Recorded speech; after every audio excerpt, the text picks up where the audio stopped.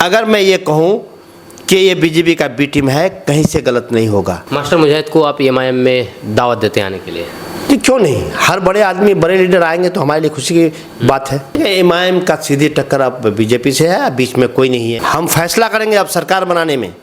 सरकार बनाने फैसला अब सीमांचल फैसला करेगी कि सरकार किसकी बनेगी। धनस्वराज कौन है भाई, तो इसकी बातें मत कीजिए। कब पैदा हुआ, कब आया, ये इसको कोई माने नहीं। देखिएगा ना आप, विधायक हमारे थे, भाग के गए मगरदन में। ऐसी बात नहीं है, हर पार्टी में ऐसी बात आती है, लेकिन लालची लोग को आप क्या कीजिएगा। आज हिंदुस्तान के मुसलमान डरा सहमा हुआ सिर्फ आपके और आपके वजह से है। अगर आप मोदी को हटाना है, बीजेपी सरकार को हटानी है, तो आप सीमांचल क्यों है। बैरिस्टर असदुद्दीन ओवैसी साहब कभी भी मुसलमानों की बात नहीं की है। हिंदुस्तान में आज वो लोग सेकुलर हुए हैं, वो लोग जो गॉडसे के मददगार थे, महात्मा गांधी के मर्डरर थे, वो आज देशभक्त बन गए हैं। जितना हिंदुस्तान में मुसलमान की मतलब खून पसीना बहा है, हम समझते हैं उतना किसी और दूसरे मजहब के लोगों का नहीं बजा है। उसको बहला फुसला कर लाया गया था कि आपको पैसा दिया जाएगा, आपको खिलाया पिलाया जाएगा, तब भी राय थी। लेकिन आपने यहाँ आके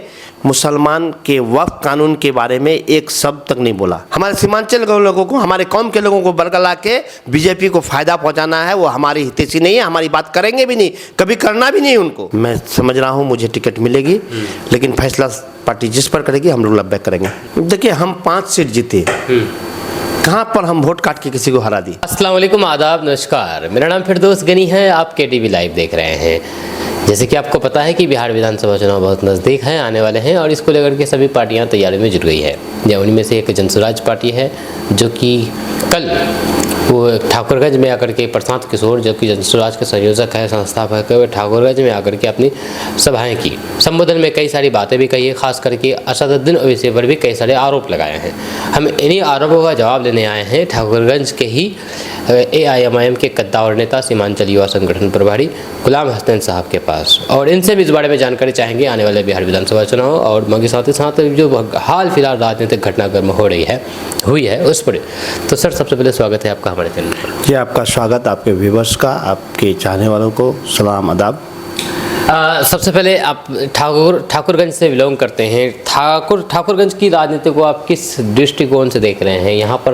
यहाँ की राजनीति और बाकी विधानसभा की राजनीति में क्या डिफरेंट है, अगर कुछ बताना चाहते हैं इस बारे में? देखिए जाहिर सी बात है, हर विधानसभा की अलग अलग पहलू होते हैं, अलग अलग दृष्टिकोण होते हैं, और हर किसी का सोचने समझने का अलग एक हिसाब है।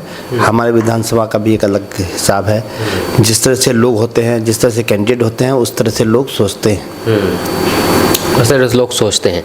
आप MIM से बिलोंग करते हैं। MIM हाल फिलहाल प्रशांत किशोर कल ही प्रशांत किशोर आपके ही विधानसभा क्षेत्र पोहाली में आए, और उन्होंने ओवैसी पर आरोप लगाया है कि असदुद्दीन ओवैसी सिर्फ मुसलमानों की बातें करते हैं, जबकि हम जनसुराज सभी लोगों की बातें करते हैं।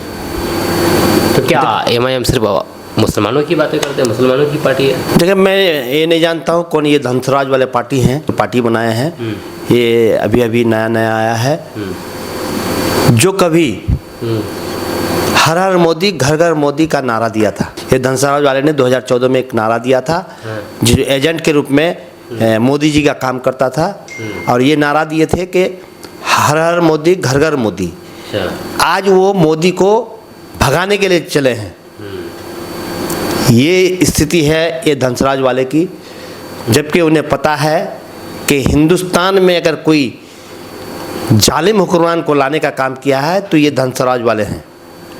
आज वो फिर बैकडोर से कहीं ना कहीं उन्हीं को फायदा पहुंचाने के लिए निकले हैं। कल डायरेक्ट थे, आज इनडायरेक्ट आए हैं। अगर मैं ये कहूँ कि ये बीजेपी का बी टीम है, कहीं से गलत नहीं होगा। रैली की, प्रायोजित रैली थी, भीड़ भाड़े के भीड़ लाके आपने रैली की, और आपने कई बातें रखी, आपने मुसलमानों की हितैषी का गप किया। ये मैं बता दूं कि अब सीमांचल की जनता जान गई है, सीमांचल की जनता अपना क़यादत खड़ा करना चाहती है, और ये आपको खास करके जान चुकी है कि आप गॉडसे के लोग के साथ देने वाले हैं, महात्मा गांधी के हत्यारे के साथ देने वाले लोग हैं।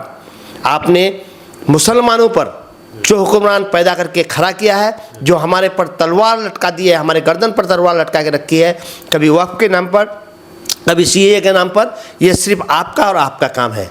आपने मुसलमानों को ये ऐसा मतलब सरकार लाके जो मुसलमानों के साथ किया है, ये अच्छा नहीं किया है। आज हिंदुस्तान के मुसलमान डरा सहमा हुआ सिर्फ आपके और आपके वजह से है, और आज भी आप मदद करने आए हैं। अगर आप मोदी को हटाना है, बीजेपी सरकार को हटानी है, तो आप सीमांचल क्यों है? अब बताइए भाई, हमारे सर पर तलवार लटका दी, आज आप बोलते हैं हम साधु हैं। हमारे मतलब शरीयत को छीनने की कोशिश कर रहा है, संविधान के खिलाफ बात करने की कोशिश की जा रही है, और आप आज उस मुसलमान के हितैषी हो गए। आप आज पूरे हिंदुस्तान का मुसलमान सारा डरा सहमा सा हुआ है, सिर्फ और सिर्फ आपके उस मदद से बीजेपी सरकार 14 में आई थी। आज हमारे साथ ये खेला खेल रही है, ये नहीं चलेगा। सीमांचल की जनता जानती है, आप किसी ना किसी बैकडोर से बीजेपी को फायदा पहुंचाने के लिए आए हैं, ये अब नहीं चलने वाला है। ये तो आप पर भी आरोप लग रहे हैं कि एमआईएम सिर्फ मुसलमान करते हैं, इसलिए उधर हिंदू एकजुट हो जाते हैं। देखिए, मैं अभी ये बता दूं कि हमारे मजलिस इत्तेहादुल मुस्लिमीन के सदर बैरिस्टर असदुद्दीन ओवैसी साहब कभी भी मुसलमानों की बात नहीं की है। करके दिखाते हैं हम कि हमारे बिहार में विधानसभा इलेक्शन के 2 कैंडिडेट का अनाउंस हुआ है, उसमें एक राणा रणजीत सिंह जी है, एक मुसलमान एक हिंदू, एक तौसीफ साहब है। किसने कह दिया हम हिंदू की बात नहीं करते हैं? हम हर तबके की बात करते हैं, हम दबे कुचलों की बात करते हैं, हम दलितों की बात करते हैं, हम मुसलमानों की बात करते हैं, और जो संविधान के खिलाफ बात होती है उसकी बात करते हैं।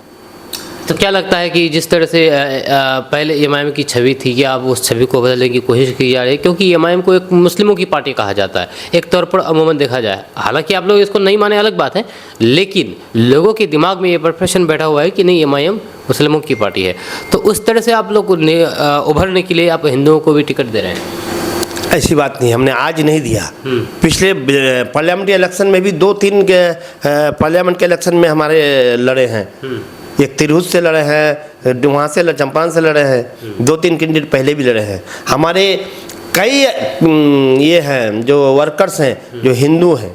हम लोग सिर्फ मुसलमान की बात नहीं करते हैं, ये पराजित लोगों का बात थी। अब लोगों का वो दिन दिमाग से हट गया है कि ओवैसी साहब की पार्टी मुसलमान की पार्टी है। हम सब की बात करते हैं, दबे कुचले की बात करते हैं, हिंदुस्तान के अमन और चैन की बात करते हैं। ये हमारा स्ट्रेटजी है। अच्छा, असदुद्दीन ओवैसी को लोग अलग अलग बातें कह रहे हैं। कोई कह रहे हैं कि ओवैसी देशभक्ति नहीं है, लेकिन हाल फिलहाल जिस तरह से असदुद्दीन ओवैसी का ये बयान सामने आ रहा है इस मामले पर, पहलगाम हमले के मामले पर, तो जो उनका कट्टर विरोधी हुआ करते थे वो भी अब तारीफ करने लगे हैं। तो क्या कहा जाए इस पर? लोग कह रहे हैं कि ये हृदय परिवर्तन कैसे? देखिए, यही तो हिंदुस्तान के लिए बदकिस्मती की बात है। हिंदुस्तान में आज वो लोग सेकुलर हुए हैं, वो लोग जो गॉडसे के मददगार थे, महात्मा गांधी के मर्डरर थे, वो आज देशभक्त बन गए हैं। जितना हिंदुस्तान में मुसलमान की मतलब खून पसीना हो बहा है, हम समझते हैं उतना किसी और दूसरे मजहब के लोगों का नहीं बजा है। ये लोग इस पर कायम हैं। अब प्रशांत किशोर जी जो आए और उन्होंने एक बार भी दूसरी पार्टी का नाम नहीं लिया, सिर्फ और सिर्फ ओवैसी को ही टारगेट किया। क्या कारण है कि ओवैसी यहाँ पर मजबूत स्थिति में है? आप अभी देख रहे होंगे पूरे हिंदुस्तान के मुसलमान अभी वक्फ को लेकर बहुत जद्दोजहद कर रहे हैं, हर जगह खड़ा है, हम एहतजाज करते हैं। लेकिन आपने यहाँ आके मुसलमान के वक्फ कानून के बारे में एक शब्द तक नहीं बोला। सिर्फ हमें ठगने आया है, हमें ठगने की कोशिश करने किया जा रहा है। सीमांचल की जनता अब ये जानती है, और ये मैं उम्मीद करता हूँ कि ये धनसुराज के लोग जो पहले घर घर मोदी, हर हर मोदी का नारा दिए थे, घर घर मोदी का नारा दिए थे, अब इनकी नहीं चलेगी। ये लोग जान गए हैं। आप यहाँ के लोकल हैं, कल जो भीड़ थी, आप खुद अगर आप दिखाना चाहेंगे तो वो भी दृश्य दिखा सकते हैं कि कल पैसा देके लाया गया था या लोग अपने आए थे। हम समझते हैं आपके पास कोई ना कोई विजुअल है जिसमें लोगों को पैसा देकर लाया गया था, बुलाया गया था, उसको बहला फुसला कर लाया गया था कि आपको पैसा दिया जाएगा, आपको खिलाया पिलाया जाएगा, तब भीड़ आई थी। वक्फ को लेकर के एक भी बात नहीं बोले। तो प्रशांत किशोर ने कहा है कि हम यहाँ पर चुनावी सभा करने के लिए आए, वक्फ को लेकर के बोलने नहीं आए। यानी कि वक्त पर चुनावी समय में सिर्फ चुनावी बातें होती है, वक्त के बारे में बात नहीं होती। उनको हमारी चिंता कहाँ है, हमें बरगलाना है। हमारे सीमांचल के लोगों को, हमारे कौम के लोगों को बरगला के बीजेपी को फायदा पहुंचाना है। वो हमारी हितैषी नहीं है, हमारी बात करेंगे भी नहीं, कभी करना भी नहीं उनको। ये गॉडसे के लोग हैं, गॉडसे के मददगार लोग हैं। हमारे महात्मा गांधी के जो मर्डरर लोग थे उनके साथ देने वाले लोग हैं। ये हमारे देश के हितैषी नहीं है, हम लोग के हितैषी नहीं है। हाल फिलहाल ही किशनगंज की राजनीति में थोड़ा उठापटक हुई है, जैसे मास्टर मुजाहिद साहब उन्होंने जेडीयू छोड़ दिए हैं। अब उनकी कयास लगाई जा रही है कि एमआईएम में भी हो जाए, तो कोई बोल रहे हैं कि आरजेडी में जाए। आपका क्या ख्वाहिश है कि मास्टर मुजाहिद साहब किस में जाए?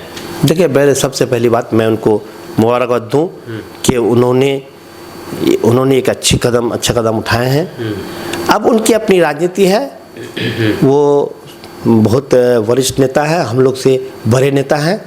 वो अपनी राय खुद ले सकते हैं, लेकिन हम मुबारकबाद देंगे। वो हमारे पार्टी में आएंगे तो हमें उनके लिए हम लोग मुबारकबाद देंगे। मास्टर मुजाहिद को आप एमआईएम में दावत देते हैं आने के लिए? जी क्यों नहीं, हर बड़े आदमी, बड़े लीडर आएंगे तो हमारे लिए खुशी की बात है। आ जाता है तो निर्णय आप पर भी होगा। देखिए, इसमें बड़े लीडर फैसला लेते हैं, और कोई भी नेता, कोई भी बड़े लीडर आएंगे तो हर पार्टी के लिए खुशी की बात है। ये उनके लिए फख्र की बात है कि हाँ, उनकी पार्टी मजबूत होगी। आप भी दावेदार हैं? जी ठीक है, मैं भी एक दावेदार हूँ। मैं समझ रहा हूँ मुझे टिकट मिलेगी, लेकिन फैसला पार्टी जिस पर करेगी हम लोग लब्बैक करेंगे। ऐसा दृश्य नहीं आएगा। ठाकुर में जिस पर लब्बैक किया जाएगा हम लोग उसको सलाम करेंगे। में विरोध हुआ था, आपको पता ही है। ठीक है, हमारे मनाने की कोशिश हुई, माना हमारे वो लोग कलीग थे, वो फाउंडर लोग थे, पार्टी के फाउंडर लोग थे। उनमें नाराजगी थी और नाराजगी है, हम लोग मनाने की कोशिश करेंगे। अच्छा, आपको अगर मान के चले टिकट मिल जाती है और आप विधायक बन जाते हैं, तो आपका क्या सबसे ठाकुरगंज में पहला मुद्दा रहेगा जिसको आप करना चाहेंगे? देखिए, सबसे बड़ी बात कि हमारे यहाँ अभी कई दशकों से रहनुमा नहीं है। रहनुमा नहीं है? मैं ये मानता हूँ, रहनुमा नहीं है। रहनुमा वो होते हैं जिसके दिमाग में, आम जनता के दिमाग में ये उम्मीद बसती है कि मेरे पर कभी आफत विपत आएगा तो मुझे मेरे काम आएगा। रोड, पुल, पुलिया बनना ये स्वाभाविक बात है, बनते रहता है। ये बनना है और बनते रहेगा। एआईएमआईएम और जनसुराज को वोट कटवा पार्टी कहा जाता है। लोगों के प्रिपशन में या फिर जो भी विपक्षी पार्टी है, ये बोल रहे हैं कि ये दोनों वोट काटने के लिए आया है। तो आप अपने पार्टी के बारे में बताइए और उनके पार्टी के बारे में बताइए कि वोट कटवा पार्टी कौन है? देखिए, हम 5 सीट जीते, कहाँ पर हम वोट काट के किसी को हरा दिए? हम तो आज रनर हैं। अब तो 19 सीट पर लड़े थे ना, 5 ही जीते। ठीक है, 19 में कौन सा सीट में हम सेकंड आके किसी को हरा दिए? तो जो भी आप वोट लाए उससे कोई हार जीत का फैसला नहीं हुआ। हम 19 सीट लड़के 5 सीट जीते। हम रनर हैं, विनर हैं। अब हम यहाँ के लिए वोट कटवा नहीं है, हम फैसला करेंगे। वोट कटवा नहीं है, हम फैसला करेंगे अब सरकार बनाने में। सरकार बनाने में फैसला अब सीमांचल फैसला करेगी कि सरकार किसकी बनेगी। सरकार बन जाएगी, सरकार बनाएंगे, हमसे फैसला होगा हम किसको मुख्यमंत्री बनाएंगे। इसका मतलब कि जिधर जाएंगे उधर निश्चित रूप से वो दिन देखने को आएगा। सीमांचल फैसला करेगा मुख्यमंत्री कौन बनेगा। तो एमआईएम ये क्यों नहीं फैसला कर पाते कि एमआईएम खुद की सरकार बनाएंगे? देखिए, हम तो सरकार बना नहीं सकते हैं। क्यों नहीं बना सकते हैं? चुनाव लड़िए पूरे विधानसभा में, पूरे बिहार में। ठीक है, समय आएगा। हम 44 विधानसभा, हम ठीक है, 1 से 24 में गए ना, 1 से 19 लड़े, 15 लड़े, 24 लड़ेंगे। समय आएगा पूरे बिहार में लड़ेंगे, लेकिन आज हमारी जो क्षमता है उसमें लड़ते हैं हम। और कोई भी पार्टी, अब मांझी जी की पार्टी कितने विधायक लेके आप सरकार में है? हाँ, हमसे तो जो कमी है।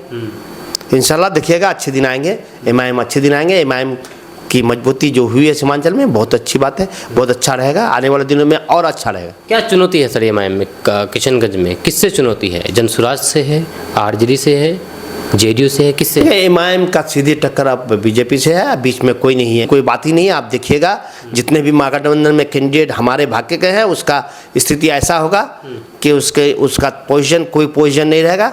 हमारी लड़ाई सीधे बीजेपी से है। अच्छा, आखिर क्या कारण है कि आप जैसे एमआईएम और बाकी जनसुराज ये दोनों बोल रहे हैं कि हमारा जो टक्कर होगा वो बीजेपी से होगा, बाकी इन सबको अवॉइड क्यों किया जा रहा है? दोनों का एक सेम ही फंडा चल रहा है। जनसुराज भी वही कहती है कि हमारी लड़ाई बीजेपी से है। धनसौराज कौन है भाई, तो इसकी बातें मत कीजिए। कब पैदा हुआ कब आया ये इसको कोई माने नहीं। एमआईएम सीमांचल में महागठबंधन कहाँ चला गया? महागठबंधन रहेगा ही नहीं। पिछले दफा भी कहाँ था महागठबंधन? अभी भी तो विधायक में महागठबंधन जीता था। अभी भी बहुत सारे विधायक हैं। देखिएगा ना आप, विधायक हमारे थे, भाग के गए महागठबंधन में। उसकी स्थिति क्या होगी आप देख लीजिएगा। अभी तो उनका ही है ना। ठीक है, आप मेरे एमआईएम से जीत के गए, आप आरजेडी से जीत के गए नहीं गए थे। आप आरजेडी के विधायक नहीं थे, आप एमआईएम से जीत के गए हैं। अब ये एमआईएम के लोग जिंदा हैं, एमआईएम के लोग एमआईएम के लिए खड़े हैं। और देखिएगा ऐसे लोगों को करारा जवाब मिलेगा। कैसे फिर चले गए आप लोग? संभाल क्यों नहीं पाए? आप लोगों के अंदर कुछ कमजोरी हुई होगी, ऐसी चले गए हैं। ऐसी बात नहीं है, हर पार्टी में ऐसी बात आती है। लेकिन लालची लोग को आप क्या कीजिएगा? कहाँ सेफ था आपका मतलब कि वो पछता रहे होंगे? निश्चित रूप से आप उनसे, उनके दिल से पूछिएगा, उनके कलीगों से पूछिएगा। आज उनका एहसास होता होगा कि मुझे कहाँ रहना चाहिए था। फिर से अगर एमआईएम में शामिल होना चाहे तो लोग, ये तो वक्त की बात है, बड़े लोगों की बात ही देखा जाएगा, वो आप फैसला नहीं करेंगे ना। चलिए, आपका बहुत बहुत शुक्रिया हमसे बात करने के लिए। गुलाम हसनैन साहब जो कि एआईएमआईएम के ठाकुरगंज से कद्दावर नेता है और साथ ही साथ सीमांचल युवा संगठन प्रभारी भी है। हम दोनों के बीच में जो भी बातें हुई है राजनीतिक मुद्दों पर, आप अपना राय नीचे कमेंट बॉक्स में कमेंट करके जरूर बताइएगा। मिलते हैं नेक्स्ट वीडियो के साथ। जय हिंद, जय भारत।